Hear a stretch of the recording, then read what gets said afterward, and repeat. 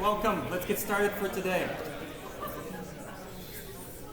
Apologies for the delay. Welcome to lecture. In lecture 6, we covered game playing. We had a slide there that looked like this. As of this week, we get to update this slide. There's been a match between Google's AlphaGo and the world champion in Go, Lee Sedol. Second match was yesterday. It's now 2-0, AlphaGo beating the human. So at this point, Go is also up here, expert level. We'll see what happens. There's 5 games total. It could be that Lee Sedol still makes his way back and it becomes 3-2. Probably unlikely. Anybody wants to bet on that against me? In terms of what's underneath, we haven't covered everything yet, but a little later in the semester, we'll be able to explain everything that's underneath, and we'll probably dedicate a section of a later lecture to this. There's some minimax. There's some reinforcement learning. We've seen both of those. Then there's also deep learning, which we haven't covered yet. Once we have covered that, we can cover what's done inside AlphaGo and explain everything underneath. Well, maybe not everything, but what we can explain in 20 or 30 minutes as lecture would allow that. All right, has anybody been following the game? A bunch of people. It's live streamed on YouTube. Anke and I were watching Monday night. Turns out to be a 4-hour endeavor to watch one of those matches. All right, so AI is moving very quickly. Class is moving quickly too. Your midterm is coming up. Tuesday, 7 p.m.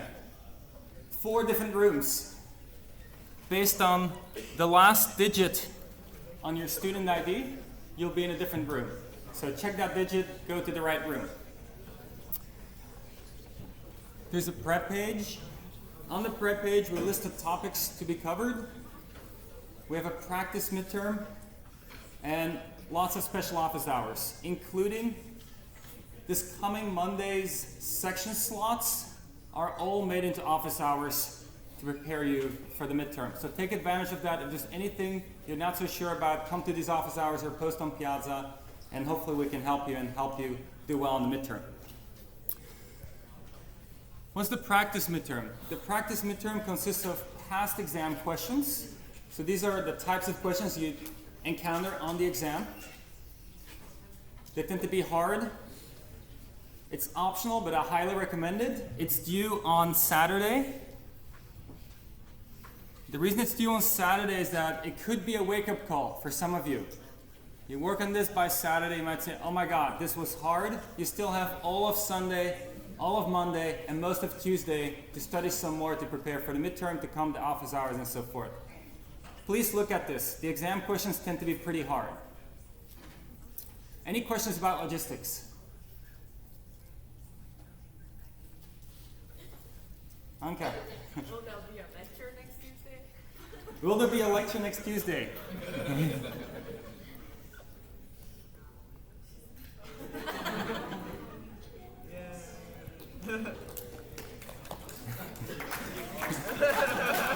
Very popular question.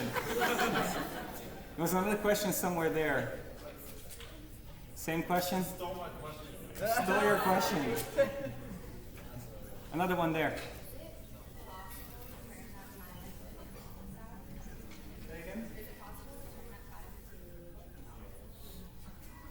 There's a question, can we turn lecture time into office hours? I think we have something like 20 hours of office hours already. I think we got it covered. I think we're going to just stick with those. Yes? Do we get a cheat sheet back then? On the exam, you get to bring a 1-page, 2-sided cheat sheet of your own making. Whatever you write on it is fine. Don't bring a microscope. But other than that, it's all good. We think our questions are such that it's impossible for you to write anything in your cheat sheet that actually would be the answer to a question. but it could help you remember some of the foundations so you don't have to memorize all the details. but our questions will never be meant to be, what's this equation that was on this slide and now, oh, I got it on my cheat sheet, I can just copy it over.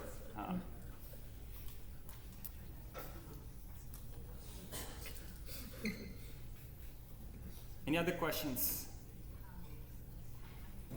All right, let's get started with today's lecture then. Today we'll look at decision networks and value of information. This lecture in some sense wraps up what we've been looking at with base nets, where we looked at how to do probabilistic reasoning. Today we're going to tie decisions into what we did with base nets. So what's a decision network? Let's look at an example. Here's the story. Let's assume you're a robot, or this is your robot, and your robot has to make some decisions. What's the situation here? Your robot could decide to bring an umbrella or not. That's the action space. Umbrella or no umbrella. The world could take on very different configurations. The world could be such that it's sunny or it's rainy. That's the weather variable. And then there might be a forecast on the radio about whether it's going to rain or going to be sunny. That's not going to be perfect, but it's an estimate of what that might be. These here just are standard BaseNet nodes. And then here's the very new thing, a utility node. And this utility node encodes how good each possible outcome is going to be. So this utility node has parents: the action variable, umbrella or not, and weather. And so the utility of the robot depends on the values of those two variables. One is under its control, the other one is not. The way the story is set up, if it's sunny and the robot does not bring the umbrella to the beach, then the robot can play with the ball. Very happy robot. If it's sunny and the robot decided to play it safe and bring the umbrella, it's not too bad because it's sunny, but still a little sad because the robot's friends are all playing with the ball, and now the robot has to carry around their umbrella. So a little worse. This is the worst case scenario. You don't bring your umbrella, it rains on you. And then here's some kind of medium scenario. It rains, but you were smart enough to bring your umbrella, so you're not that unhappy. Okay, so that's what we want to be reasoning about throughout today's lecture as our running example. What we're going to try to do is find the action that maximizes expected utility. So we want to somehow decide which is the best action to take in this kind of situation, where best is defined as expected utility. The way we operationalize this is we put together this decision network over here, and we try to compute for every possible action what the expected utility is going to be. So node types, these are just BaseNet nodes. Nothing has changed there.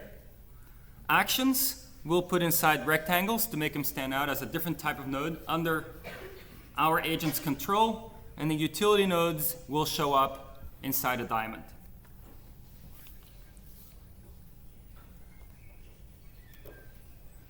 Here's the kind of overall procedure. You want to select an action. First step, instantiate all your evidence. If you measured the weather forecast variable, you can instantiate that and have it whatever value weather forecast is. Then you loop over all possible values your action can take on.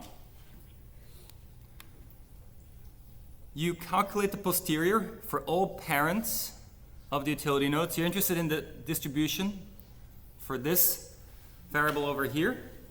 And then as you loop over all possible actions, you check for each combination of action and outcome of the random variable, that's the parent of the utility node, what the utility is.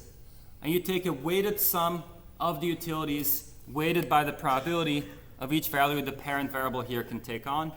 That gives you a value for each action, an expected value for each action. Just pick whichever one has the highest value. So let's do an example. So very simple decision network, only one node of each type. Of course, we need some numbers to work through the example. So this is our distribution for the weather variable: 70% chance sunny, 30% chance rain. We need a utility table. So utility variable here has two parents. So we need an entry in the table for each possible combination of the values these parents can take on. There is the action parent, leaving the umbrella at home or taking it with you. And there is the weather parent, sunny or rainy. And then here's the utility, which encodes how much we prefer each possible outcome, with this being the best one, leaving the umbrella at home, it being sunny, and the worst case being leaving it at home and it's raining. Okay, now let's start calculating. Let's assume we leave the umbrella at home. What is the expected utility of the action leave at home?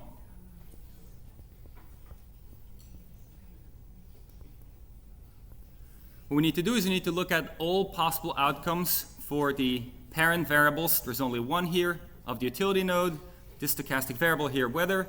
There's a 0.7 chance it's sunny, and then there's a 0.3 chance it's rain. It's going to be a weighted sum. When it's sunny, sun and leave is this row over here. We're going to get 100. When we leave and it rains, we get 0. So together here we get an expected utility of 70. We can do the same thing for the other action, expected utility of take. Oops.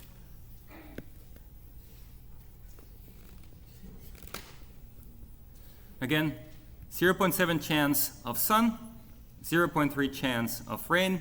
The utilities now are the ones related to take. For sun, it's going to be 20. For rain, it's going to be 70. And so this is, well, slightly more complicated calculation, something 14 plus 21 equals 35. Then we compare the two. Which one is better? 70 is higher than 35, so our maximum expected utility here is equal to 70, and the action that achieves it is leaving the umbrella at home. We solved this particular decision diagram. Any questions about the procedure?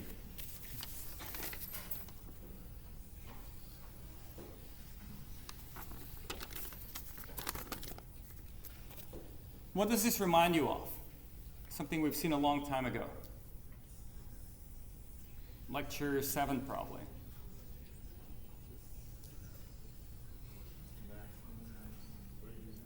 There's a maximization, there's a probability, right? Reminds us of expect max. You choose an action, then a chance node gets instantiated, which is the weather variable, and then we get a utility, which is the associated with the outcome we get. So let's look at that. This was our decision diagram. Was the corresponding expect max tree something like this? First we have to decide on an action, then chance kicks in, and weather could be sun or rain, and then we have for all 4 possible outcomes, which corresponds to the leaf nodes, we have a utility associated with it. Are there any differences between what we did in expect max and what we're doing here? Essentially, it's the same thing, right? These two things encode the same decision problem. We'll come up with the same action as our answer, the same utility value or expected utility value. What's different in today's lecture is the information aspect. So we're going to be very explicit about what information we have available to ourselves in each of the nodes in the expect max tree. So here at the top, we have no information available because we haven't observed anything. We have no observed variables. Same thing here, when the chance node kicks in, no other variables have been observed yet. But this will change as we progress in lecture. This empty set here will start containing whatever our evidence variables are, and then we can explicitly encode things like information gathering inside this tree. Okay, let's look at a slightly more complicated example. So our original decision network, and we have an observation now. Forecast equals bad.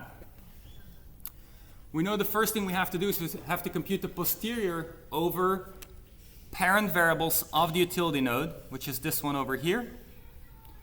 What do? We can run Bayes net inference. Some exciting stuff going on somewhere. Say it again? It's on my computer, you think? No. That'd be pretty exciting, because then we could switch it off. No, it's not. It's not on here, unfortunately.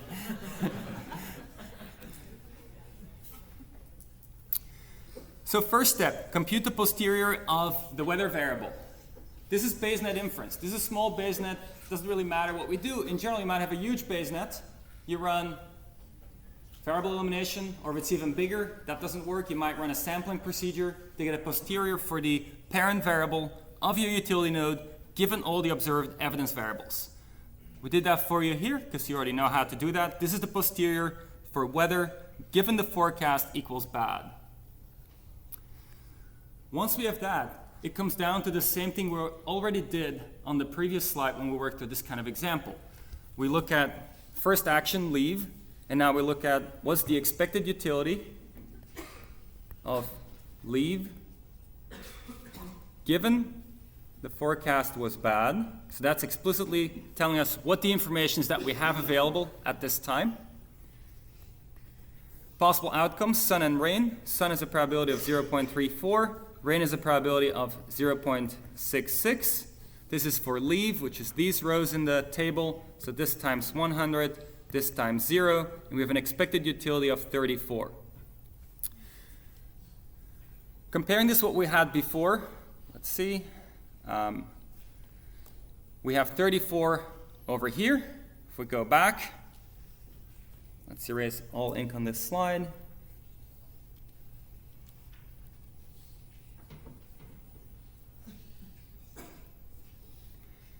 Before, the expected utility for leaving the umbrella at home was 70. What has changed? The distribution over weather has changed. We've heard the forecast, it was bad. Now, it's very likely, or much more likely, it's going to rain, and leaving the umbrella at home will have a much lower expected utility than it had over here when it was still pretty likely to have good weather. So the expected utility of the action changed because of the evidence we observed. Now let's look at take.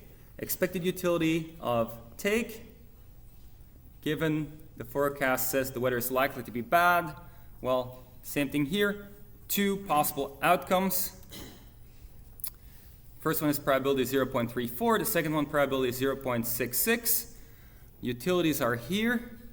It's 20 and 70 times 20 here plus 0.66 times 70 here. That's a slightly trickier calculation. I might rely on what's already on the slides here. So we calculate that. We get 53. Again, comparing this with what we had before,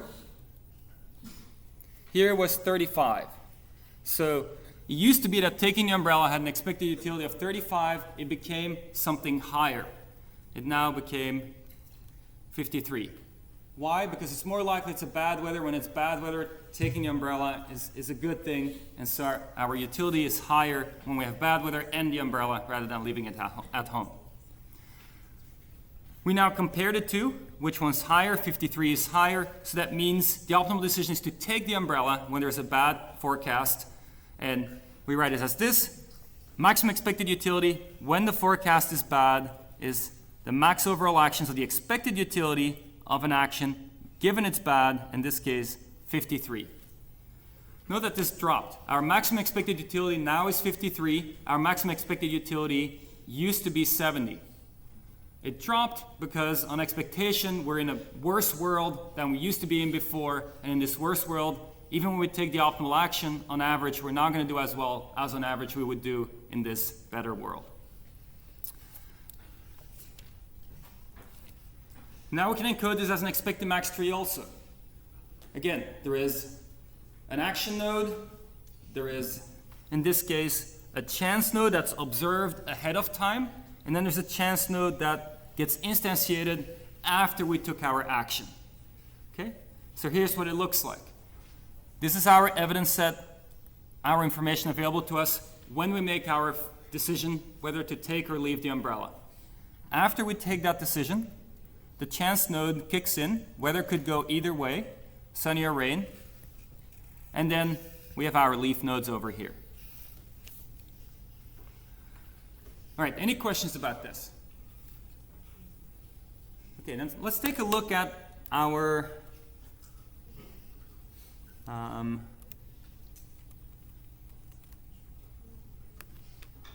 Ghostbusters example.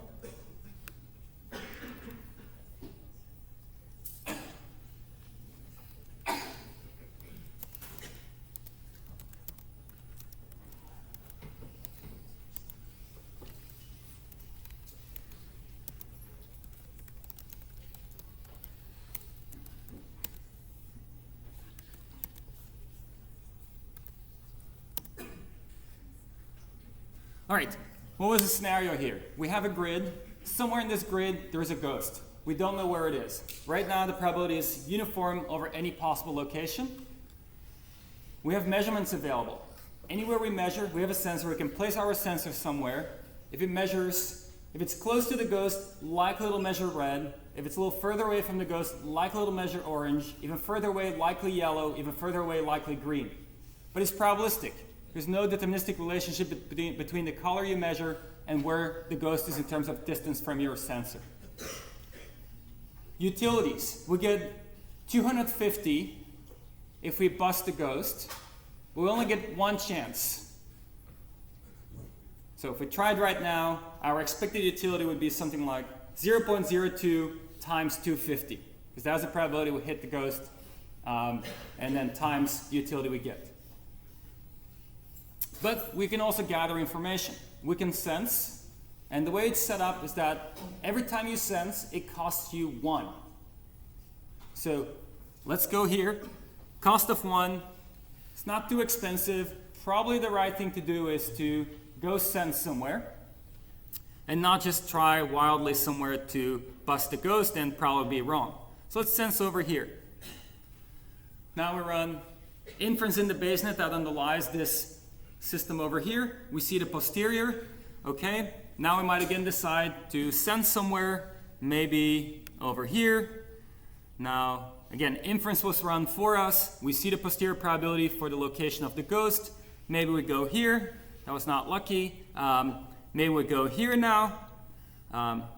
Still not shaping up all that well. Let's see. This is starting to look better. Got worse in some sense. Let's see. Okay, at this point the probability is pretty high. Maybe we're saying it's not worth sensing one more time because we're going to pay a price of 1. And if we bust, we get 250. We don't want to wait for that. Let's see what happens. Got the ghost. Okay, the reasoning we just went through was pretty ad hoc. We just said, okay, we think we're pretty confident. It's probably the right thing to do to bust. The remainder of the lecture, what we're going to look at is how do you do the right kind of reasoning, where your expect-to-max tree thinks about whether a real action is preferable than, well, an information gathering action, and optimizes your strategy between information gathering and real actions. So let's first take a look at the Ghostbusters decision diagram. So what did we have here? We had a bust action.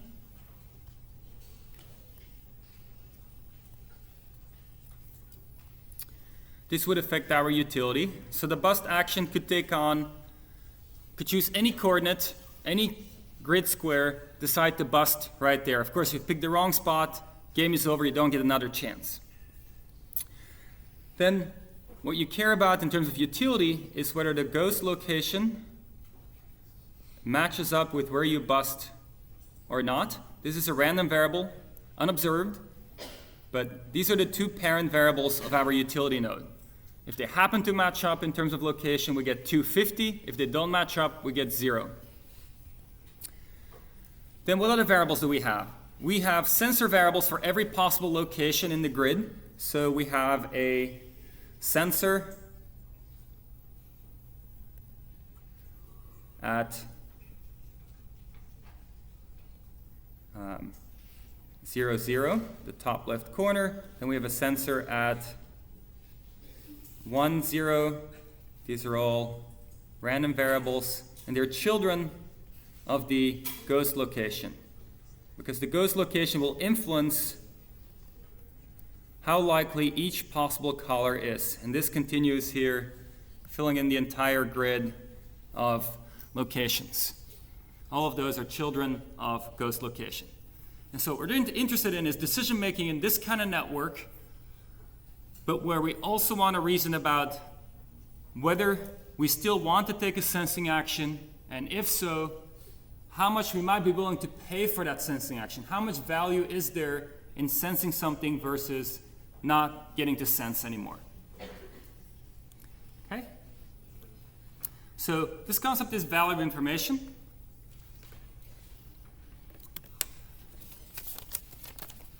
And we'll start with a very simple example. The whole idea is that we want to compute value of acquiring evidence. All right, this could be the value of, maybe you buy a sensor. You say, well, I have a robot. If I could buy a laser rangefinder for it, that would help it. What's the value of putting that on my robot or on my car? Or is my camera already good enough? Is there value in adding more sensors to your system? And then is there value in actually expending the energy to collecting information from them? Here's the example. Let's assume you are a oil drilling company and you can buy drilling rights to different pieces of land. But some pieces of land will have oil, others won't. Okay.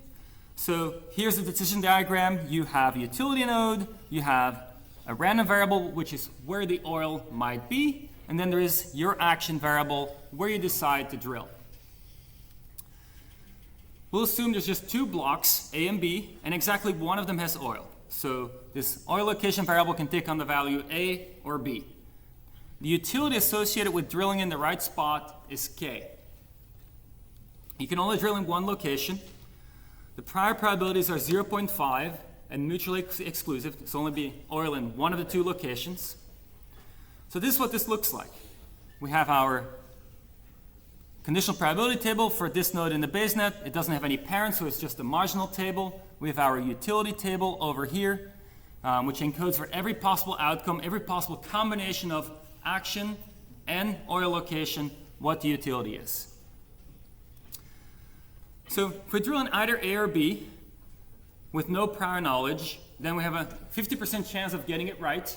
And so we end up with an expected utility of K over 2, and our maximum expected utility is achieved by drilling at either place, because we don't know where the oil is. Either place is equally good with the information available to us, expected value K over 2. Will we ever get K over 2? No, we'll either get 0 or K, but on average, it's K over 2. So how much would you be willing to pay to know where the oil is? Well, if you know where it is, you can go drill right there. That gives you a value of K. On expectation right now, you get K over 2. The difference is K over 2. So you would be willing to pay K over 2, or ideally slightly less than K over 2, to find out which location has the oil. Okay?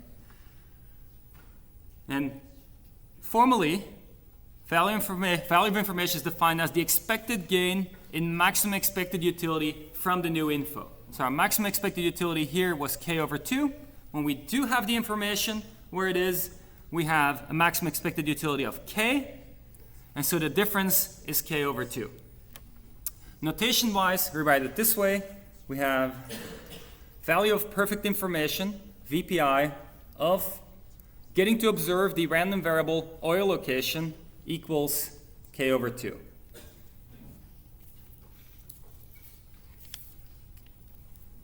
Any questions about this?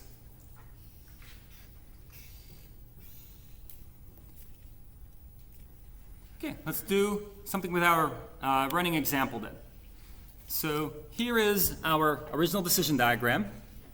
And what we're interested in is how much are we willing to pay? What is the value of getting to listen to the forecast?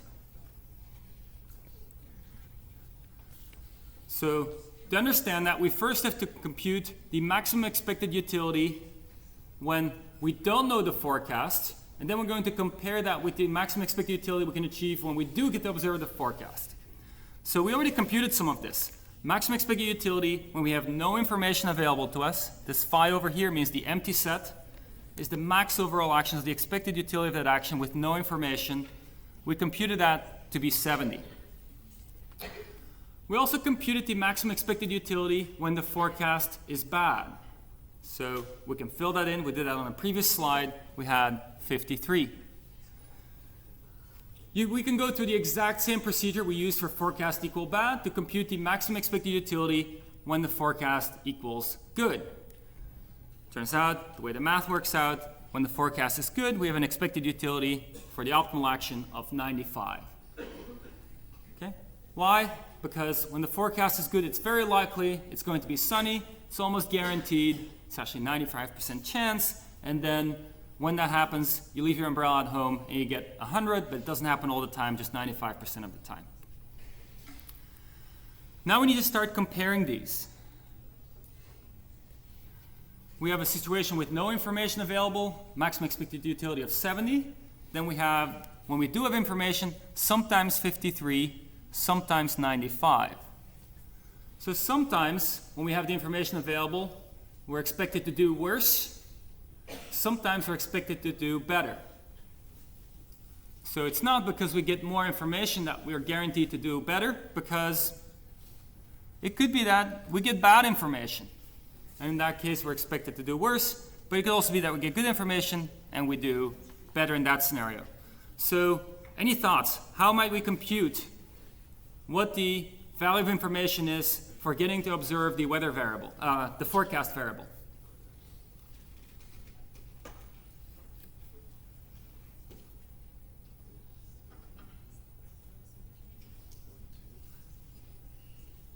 I'll give you guys a minute to talk to each other and see if you can figure out how you could go from these numbers to finding the value of perfect information for the forecast variable.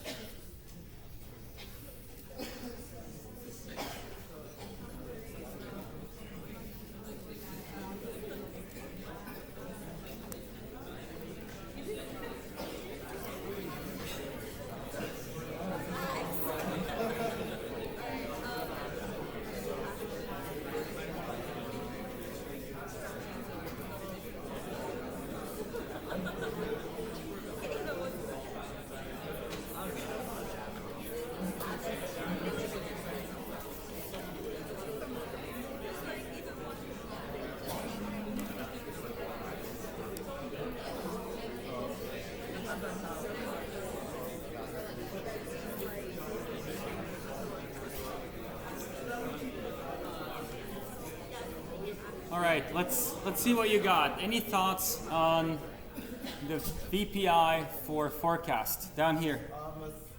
17, because that's the most we've changed the NEU by. So one suggestion is 17 because that's the most. Actually, the least we've changed it by. And like. I see. So that's the difference between the 53 and the 70. Is that how you're getting 17? Yeah. All right. Was another question there? Oh, no, suggestion there. 8. Okay. How do you get to 8? Because you have a positive 25 from the 95, but then a negative 17 from the 53. So 25 minus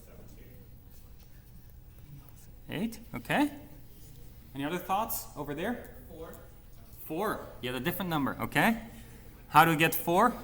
Same reasoning as his, except you want to take the expected change in expected utility.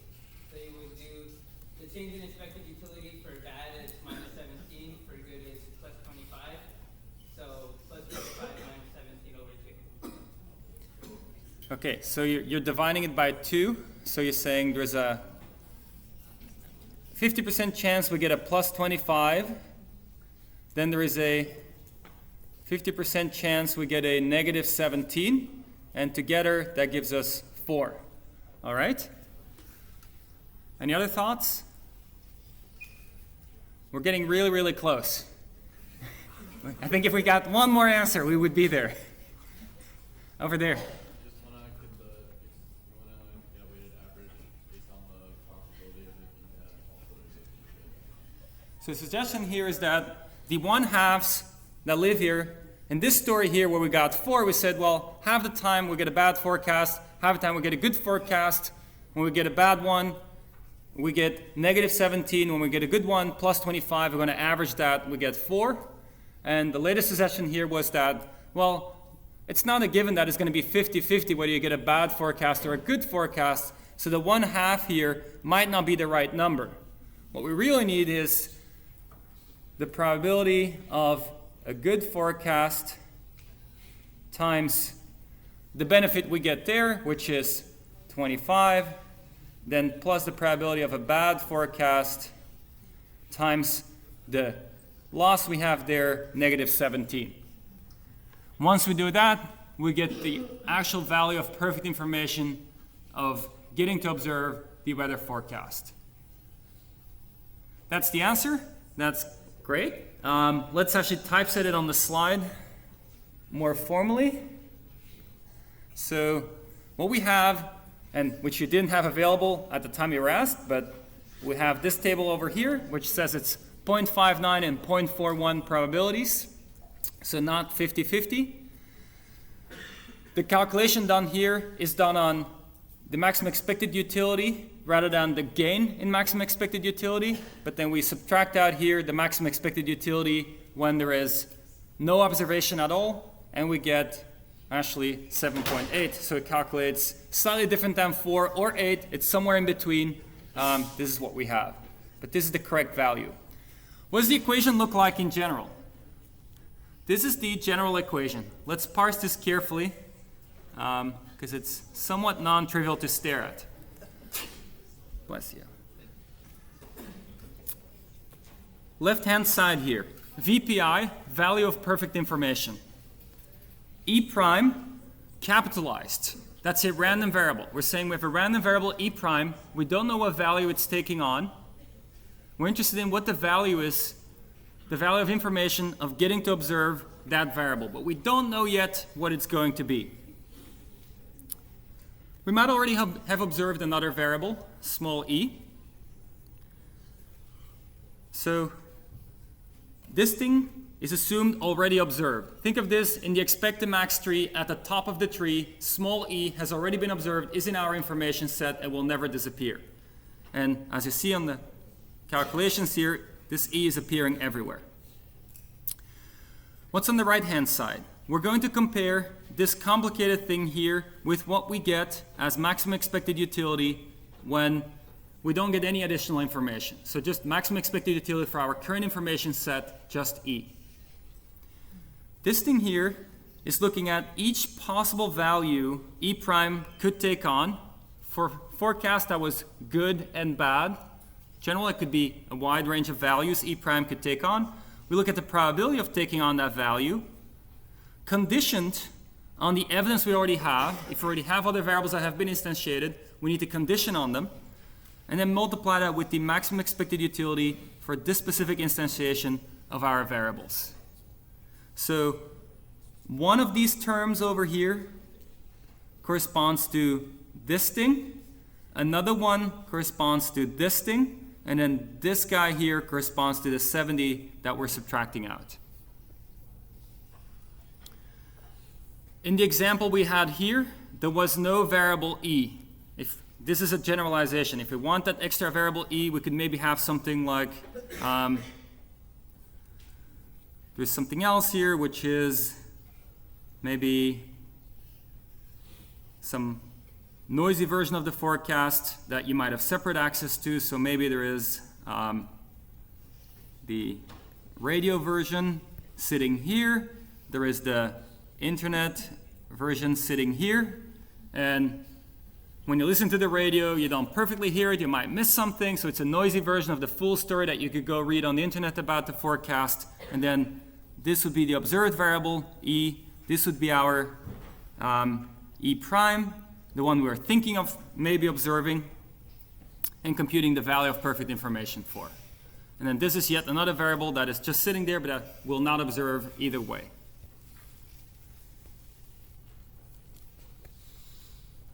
All right, let's take a break here, and after the break, we'll dig deeper into this.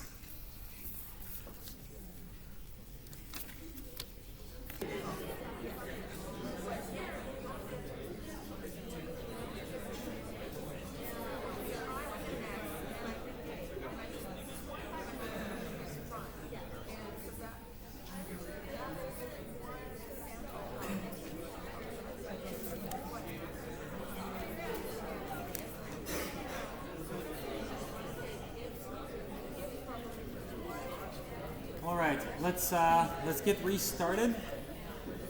Any questions about the first half? Over there.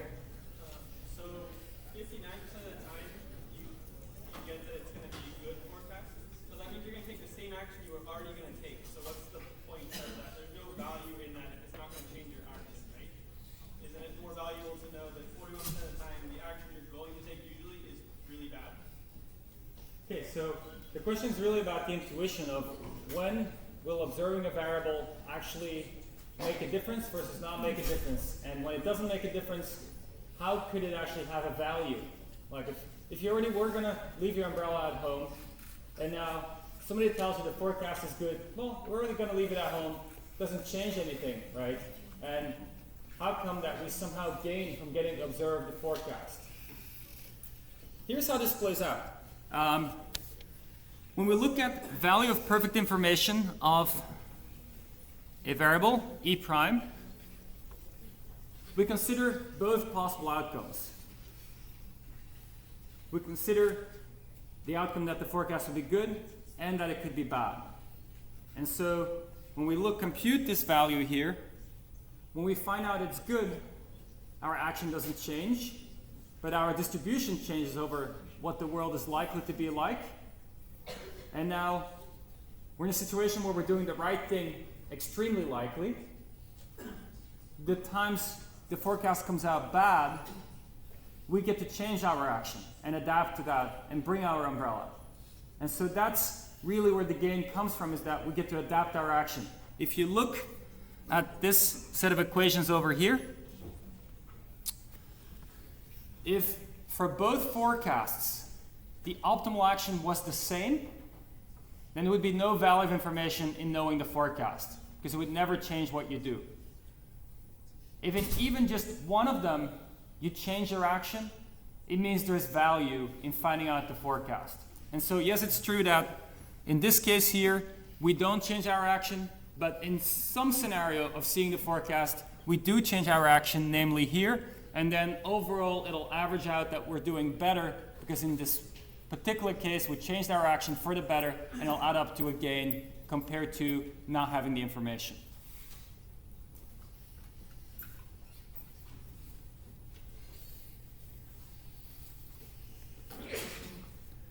We'll see a little more of this on the next slide. So let's see if after the next slide you have a follow-up question. Let's talk about it again.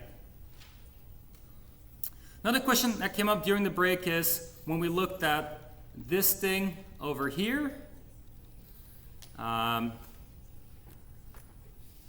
did we get this table, the condition of whether given the forecast is bad?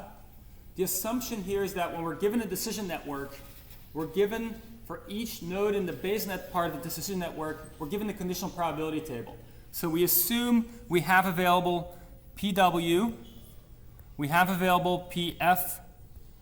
Given W, we run inference in the basenet to compute the conditional of whether given forecast equals bad. This inference could be inference by enumeration, if it's very naively done, could be variable elimination, which will often be quicker, or it could be sampling. Or yet something else that you might come up with.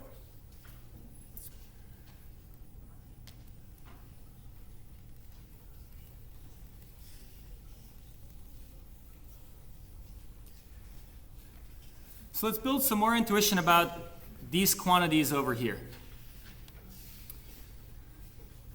So first, let's assume we have just evidence E equals E. What is the value if we act now? The value of acting now is the max over all actions we could take of the expected utility when acting with that action. For an action A, the expected utility is this expression over here. What is this? Is the sum over all possible states the world could be in, the probability of that state, given the evidence observed so far, times the utility of the combination of state of the world and action you took. Okay? Now, assume we see that we have another variable, e prime. We observe it to be equal to some specific value, small e prime. What is the value if we act then? For example, the value once we know forecast equals good. Well, now, instead of having one variable here, we have two variables here. Otherwise, nothing changed in this equation. We're just conditioning on a larger evidence set. A combination of two variables is now the evidence set rather than just a single variable. But these are effectively the same equation. Just one variable here versus two variables here, and then same thing here and here. So now no maximum expected utility with one variable, with two variables observed. But the setting we're interested in is where e prime is not observed yet. It's still a random variable. We don't know the value it's going to take on. We'll have to commit to an action maybe before we see it, maybe not. That's what we're trying to decide. Are we willing to do the effort to get the measurement of E prime or not? So we don't know yet what E prime is right now. We don't know what that value is going to be. So we need to compute the expected value. Say, well, E prime could take on many possible values. For each possible value it takes on, we would get this if we know the value. And so we average that. So we say, well, our maximum expected utility, when we have seen small e, we know that there's a random variable E prime that we do get to observe. So this is saying we will get to observe E prime. We haven't observed it yet, but we will get to observe it. Then the maximum expected utility is this expression over here, which is saying for every possible outcome for E prime, there's a probability given the evidence E. And then once I've seen that outcome E prime, I can maximize my expected utility by picking an appropriate action described over here, and this will give me this quantity over here. The value of information of this variable E prime is how much the maximum expected utility goes up by revealing E prime first and then acting. So if you look at this thing over here, the variable E prime could still exist. We're not writing about it because it doesn't affect us. We're just ignoring it completely. Whereas here we're saying E prime will be observed before we choose an action. And the question is, what's the difference in how well we can do when we get to observe it before we take the action? Now, well, is this variable we might observe at some later time we already committed our action? So value of perfect information is the difference between this thing here and this thing over here.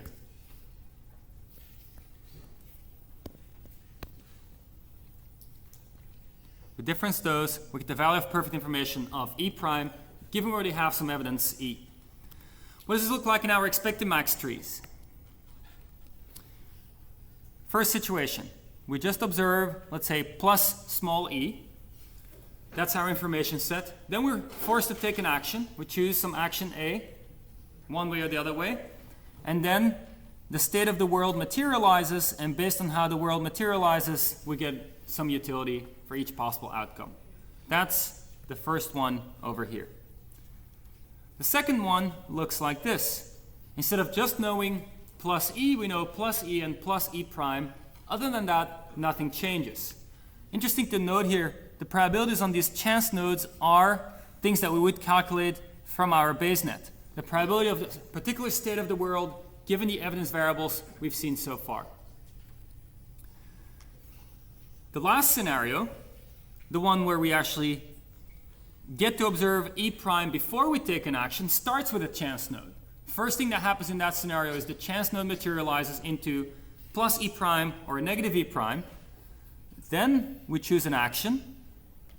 After we choose the action, we then will have a probability here, probability of S given, and this side of the branch, negative E prime and plus E. And on this side over here, it'll be probability distribution for S given plus E prime and plus E.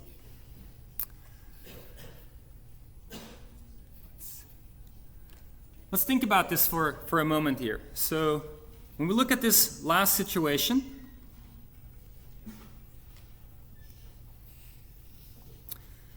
let's think about what we can say about this quantity over here. The value of perfect information of E prime given E. I'm going to claim that this thing is always bigger than or equal to 0. No matter what decision network you put down, as long as it's a valid decision network, your value of perfect information will always be positive. I'll give you about 30 seconds to think about that, talk with your neighbor, and see if you can come up with an explanation why we can guarantee this over here.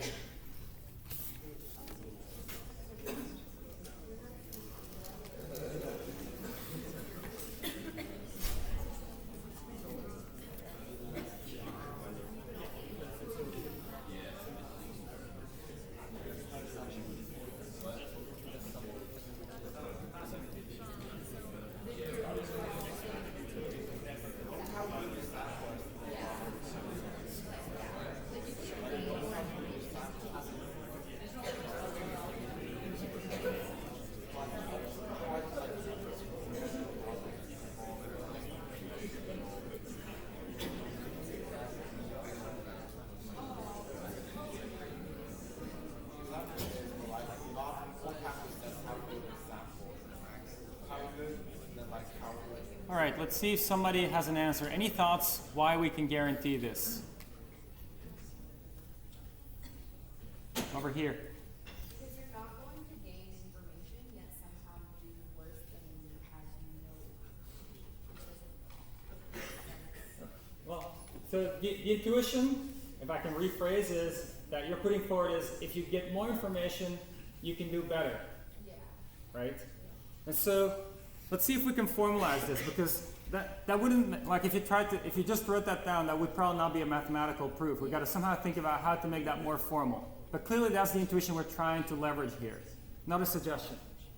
It is because the maximum expected utility is taking the maximum over the average, or like over all the possibilities, right?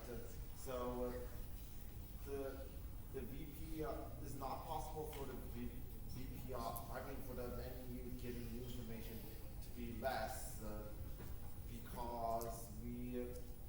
because if that were the case, then the original one was not the maximum. Okay? I think you got the right intuition, but I want to find a way to put it slightly differently. Anybody has any other thoughts? Let's think about the expected max tree that we have at the bottom right here, okay? This expected max tree. This is expected max. We know how to do this. How do you solve this thing, right? Utility nodes at the bottom. You can work your way up. Like this chance node here will be the average of the utility nodes, some kind of weighted average depending on the probability of each outcome. Then you'll max here between what the two chance nodes below it have. Then you'll do the similar thing over here. You'll max here, and then you'll take a chance node calculation at the top. Okay? Standard expected max. Now if I told you that the action you're taking in this branch has to be equal to the action you take in that branch, that's going to restrict you, right? Like, if you run expected max, you might very well, we know expected max is the right thing to do. You might end up with action 1 over here, you might end up with action 2 over here. They could be different. But if I now tell you they have to be the same, you cannot choose 2 different actions, you'll have lower expected utility because you don't have as many options available to yourself. It's never going to be better by being restricted to take the same action in both branches. Okay? Being restricted to take the same action in both branches is what is happening over here. Because this tree is saying we're going to completely ignore what's happening with E prime. We're not going to know what it is. And independent of what E prime is, we're going to take an action. And so taking this thing here corresponds to forcing the same action independent of outcome for E prime. And because you're forcing the same thing independent of the outcome for E prime, we can read off from this tree here, clearly that's suboptimal because often we want to adapt our action to the situation, and we'll have a value of information that will be positive. Going back to the earlier question there about what does it mean to gain information when the reading that we get is already what we expected? Well, the gain here comes from very explicitly from the fact that your actions could be different in both branches here. So if your action were the same going down both branches, you take the same action already, then the value of perfect information would be 0 because it's never going to change your mind. But if the left branch takes a different action than the right branch, now the information is changing your mind somewhere. It'll improve your expected utility because the comparison is the case where you have to take the same action in both scenarios. Any questions about this? Anka? I have a question. Why is the value of perfect information 0 in the case where the action would have been the same in either case? Okay, so the question is, why is VPI equals 0 when the action is the same on both sides? So let's think through this again. Let's look at this tree over here. By the way, I have a hunch Anka actually knows the answer. So what if the action is the same? We run expected max, we solve this tree, optimally, and we find an action A2 here, we find an action A1 over here, and what if A1 equals A2?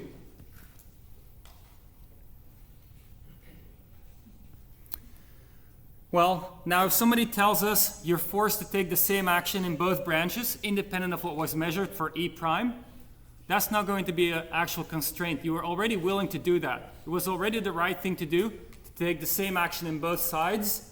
And so being imposed, that constraint, is not affecting you. And so in this scenario, the value of perfect information would then be 0, because that information is not doing anything about what you're going to do later. Question here. So if VPI is equal to 0, does that mean E prime is independent of E? If VPI equals 0, so interesting question. Maybe, how about I reverse it first? And so what if E prime is independent of E? Meaning observing E prime does not tell you anything about E, right? Then, of course, it depends on how your decision diagram is set up. Really what we're interested in is if you have parents of your utility node and whether whatever you observe, let's say E prime, given what you already know, E is independent or not. So if we have that the parents of your utility node are independent of the new evidence that you might be gathering, given the evidence you already have, then nothing will change because the distribution over your parent variables of your utility node stays the same, and the value of perfect information, if this is true, this would imply VPI E prime given E equals 0. There are other cases in which it could be 0. Like there could be VPI.0 when in other scenarios too, the kind of canonical thing would be whenever somehow the probabilities don't change that much and your actions stay the same, you don't change your mind on your actions, then the VPI will also be 0. But in this case, it's even simpler. If there's no influence on the parents at all, well then, it doesn't matter what those variables take on as values. Any other questions about this? Let's look at some other properties then. So we saw the first property. Value of perfect information, always bigger than or equal to 0, never negative. We covered that. Next one. If you observe two variables, EJ and EK, the value of perfect information of observing both of them is not necessarily equal. I'm going to put this in quotes because in very special cases it could be equal, but typically will not be equal to the value of perfect information of the first one plus the VPI of the second one. Okay, can anybody come up with a simple example where the left-hand side is less than the right-hand side? Yes? The same example as before by getting the forecast from two different sources. Okay, so the suggestion was, let's say there are two forecast sources, and you wonder, what's the value of perfect information of getting both? Since they're fairly redundant with each other, getting one of them has high value, getting the other one alone has high value, but getting both of them is not as valuable as what they individually would contribute. Because it's only a little bit of extra value to get the second one once you already know the first one. Right? Another example would be, if you look at our weather forecast BaseNet, utility node here, action node here, very related, slightly simpler. Well, what is the value of perfect information of both of these variables combined? It's actually the VPI of weather and forecast is just equal to the VPI of weather. Because once you know weather, forecast is not going to do anything anymore because you already know what the weather is. And so that is, since this is equal, if we add VPI of forecast on the right-hand side, we make the right-hand side bigger. And so we have that the value of perfect information of both of them is less than the sum of the individual values. How about the other way around? Can we come up with an example where it goes this way?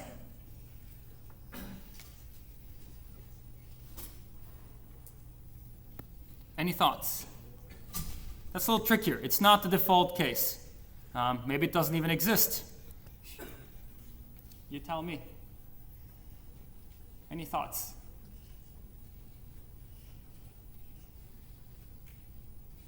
Over here. Maybe if you're looking for a number within a range, one of them tells you it's greater than, one tells you it's less than. And so combined, you know exactly what number it is. So what if you're looking for something that combines two quantities, right? You combine two quantities. If you know the combination of the two quantities, you have a lot of information. But every single one doesn't tell you much, right?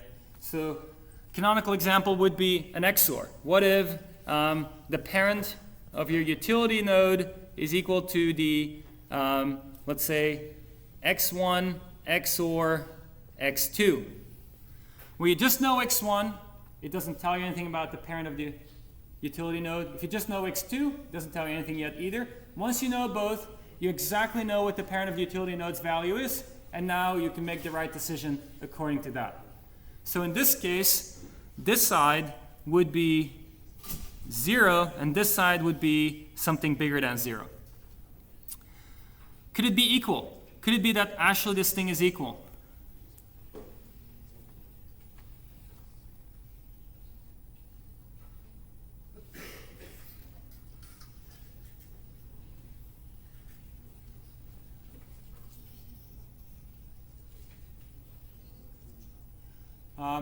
Could be. I mean, one scenario would be one where your utility function factors in some way, where you say, well, my utility depends on two coin flips, but it's just the addition of the utilities achieved by each coin flip. And now finding out information about one coin flip does not have any influence on the other one, and both of them add up independently and have independent contributions to your total utility. So it would be kind of some tricky utility function. It'd be quite the exceptional case, but it is possible. Let's look at another property. The value of perfect information is independent of the order in which you reveal random variables. That is, the value of perfect information of the combination is equal to the value of perfect information of EJ plus EK given EJ, or the other way around. Why? We know that it doesn't matter in a base that when you run inference, which evidence variables come out first. All that matters really in this calculation is the posterior of parent variables of the utility node given the evidence variables, and based on that you can work out, this will work out nicely this way. Okay, let's do some quick VPI questions. The soup of the day is either clam chowder or split pea, but you wouldn't order either one. What's the value of knowing which it is? 0, right? Because it doesn't affect your decision.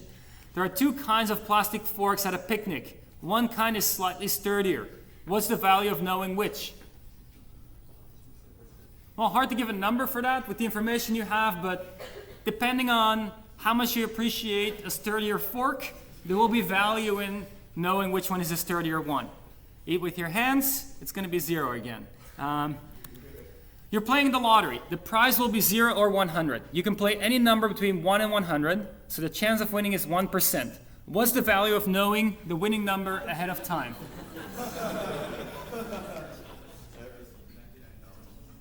I'm hearing 99. Okay, let's work out the math here. So maximum expected utility with 0 information is 1, because it's 1 over 100 chance of winning times you would win 100 for a total of 1. Maximum expected utility when you know the winning number, let's call it W, then you're going to pick that number with that's the right action to take. You get 100. The difference is 99. All right. Is there value of imperfect information?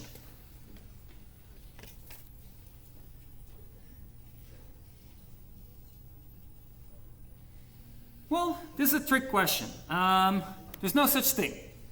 Mathematically, the way we define things is that information corresponds to the observation of a node in your decision network. If the data is noisy, that just means we don't observe the original variable. Instead, it's another variable. So let's say you had a decision diagram with a variable x, which is the parent of the utility node, and there was a action node over here. You say, well, I want to know what the value is of getting to see x, but I don't really get to see x. I get to see some kind of approximate version of x. I'm not really sure it's really x. Well, what you have to do then is define a new variable, x prime, which is encoding exactly that. It's your noisy version of x. And so whatever you were trying to do is saying, what is the value of getting to see this not really x, but something like x, is now the VPI of x prime. That's sitting right there. All right, let's do some questions. Here is our augmented basenet. We have a drill location, an oil location. We want to drill at the right place. There's a scouting report, and the quality of the scouting report could depend on which scout is doing the scouting report. The scouting report tells you something about where the oil is. What's the VPI of oil location? Well, remember from last time, right? Nothing has changed here because these variables don't really participate, and we just have k over 2 as we had before. How about the value of perfect information of scouting report? Well, it's a noisy version of where the oil is, so we're going to assume like it's not necessarily perfect, so it's going to be something between 0 and k over 2. If it was perfect, it'd be k over 2. If it's noisy, it's going to be less than k over 2. If it's extremely noisy, it contains no information, just garbage, it's going to be 0. So somewhere in that range. How about the value of perfect information of knowing which scout is doing the scouting report?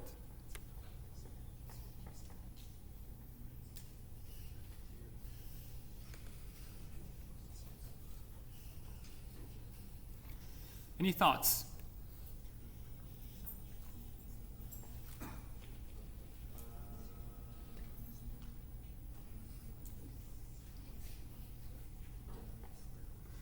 Well, let's think about what's going on here. If you know which scout did the report, you now know whether it's a high quality or low quality report. Great. But you don't know what's in the report. So what are you going to do with that? What is that going to tell you about where the oil is? It's going to tell you nothing about where it is. So actually, this would have a VPI of 0 because it gives you no information about the parent variable of your utility node. How about the value of perfect information of who is the scout given the scouting report? Now it changes. Because maybe you have a really bad scout that kind of flips the bits on you. You have a really good one that does the right thing. Just knowing the scouting report doesn't tell you enough information, but now that you know which was the scout getting you the report, you know a lot more about where the oil is. And so once you know the scouting report, also knowing who generated this can be very helpful. So this will typically be bigger than 0. Generally, and we had a question about this earlier, if the parents of your utility node, just case oil location, are independent of some variable z, given the evidence we already have, then the value of z will be 0 given that evidence. That's what happened over here. We had a value of 0 because scout was independent of oil location with the information we had so far.